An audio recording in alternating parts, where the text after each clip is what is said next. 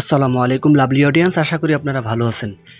বাংলাদেশের স্ট্রফিট ব্যাটিংয়ের জন্য জঘন্য ব্যাটিংয়ের জন্য কিন্তু আজকে ম্যাচটিও হারলো এবং ক্লোজ ম্যাচ রীতিমতো আমাদের ধোকা দিয়েছে।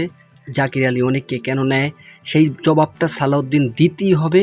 এবং কেন বিসিবি এখনও সেই গ্রাহ্য দেয় না, কেন ব্যাটিং এত ফ্লপ? ব্যাটিংয়ে আমরা সবসময় ফ্লপ দেখি। জাকির আলী অনেক, তাকে কেন নেয়, কেন পারভেজ হোসেন ইমনকে তাকে ইনক্লুড করে না? আজকে বাংলাদেশের ম্যাচটা তাও আমাদের ক্লোজ ম্যাচ ছিল, সেটাও আমাদের জয় করার লক্ষ্য ছিল।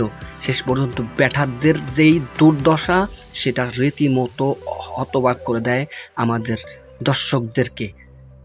সো আমাদের প্লেয়াররা, আমাদের বলাররা আর কত করবে ভাই?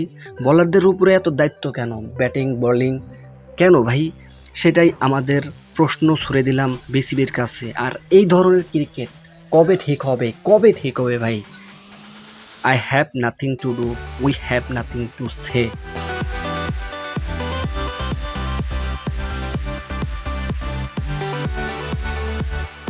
হ্যাঁ, ডেফিনেটলি আজকে জয়টাও তাদের দাবিদার ছিল ওয়েস্ট ইন্ডিজ। ওয়েস্ট ইন্ডিজকে আমি কনগ্রাচুলেশন জানাবো। কনগ্রাচুলেশন ওয়েস্ট ইন্ডিজ, তারা কীভাবে জিততে হয় সেটা বাংলাদেশকে দেখিয়ে দিয়েছে।